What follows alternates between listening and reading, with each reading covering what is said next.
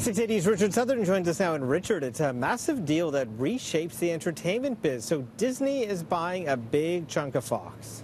For $52 billion, Francis. So it's definitely a massive deal here. So what Disney is getting is they're getting Fox's movie studios, their television networks like Nat Geo and FX, as well as a big stake in Sky Television and in the streaming service Hulu, as well as regional sports networks. Fox News is not included in this deal. It's really all about media companies looking for ways to survive the big consumer shift to streaming services. Disney has already said it's going to launch its own streaming service in 2019. This deal gives it a major salvo in a war against Netflix. Combined, Disney and Fox account for 30% of the content that's currently on Netflix. So they're going to be pulling that off, putting it on their own service. Wow. It's a deal as well that, of course, unites X-Men and the Fantastic Four and Deadpool with the Marvel Universe. So a lot of stuff coming together here in the entertainment biz with this deal. So doesn't it also mean now that Disney owns The Simpsons? It does. I kind of remember that The Simpsons predicted this just a couple years ago. They predict all sorts of things. It's really, really scary. So take a look at this. This was back in 1998. They had a sign that read 20th Century Fox, a division of Walt Disney. That was in 1998. They also predicted the Donald Trump presidency back in 2000, 16 years before it happened. Future President Lisa had to clean up his budget mess. They predicted Greece's debt default in 2015, several years before the country became the first to default under the International Monetary Loan. This is the craziest one. They predicted Lady Gaga's halftime show in 2012. Look how accurate it ended up being. Unbelievable. Actually, she was hanging from the roof of the building there. And smartwatches, they predicted all the way back in 1995, almost 20 years before the Apple Watch went on sale. Anything about City News in there? Yeah, they said we're going to be the most watched news television program in the world. In the world? Yes, so I don't doubt that one bit. Well, you know, maybe by 2050, who knows? We're see. well on our way. With the type of stuff you and I do, we are well on our way. That's true. So a number of hotel companies are not issuing panic buttons to their housekeeping staff. So it's an unfortunate sign of the times, really, Francis.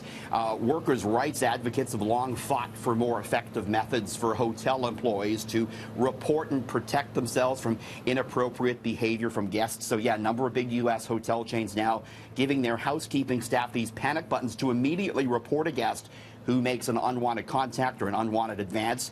The city of Chicago recently passed what it called the hands-off, pants-on ordinance after a survey found nearly 50% of hotel workers experienced harassment at some point or another.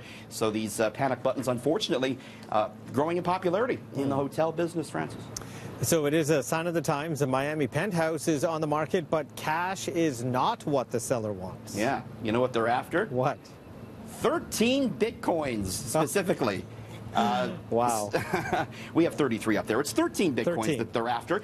This is a nice-looking Miami penthouse, one-bedroom, 1.5-bath, views of the Biscayne Bay and the Miami skyline, but they do not want any money, just the 13 bitcoins, which would total about $215,000 U.S. dollars at today's current price of about $16,500 per bitcoin. This is the first such listing we've seen where the buyer specifically wanted the digital currency. Experts warn against deals like this, Francis. Buying or selling a home is generally the biggest transaction in one's life, and switching to a currency with so much volatility really puts at risk what should be a sound, steady investment. But I bet we're going to see a lot more deals like this if Bitcoin keeps on going up. Yeah, so what happens if you agree to it and then, 2 days later it tanks and you're in the middle of escrow? Absolutely, and this is why retailers are very reluctant to take Bitcoin. Who wants to sell a product only to have the funds you get for it be worthless in a day or two? Wow.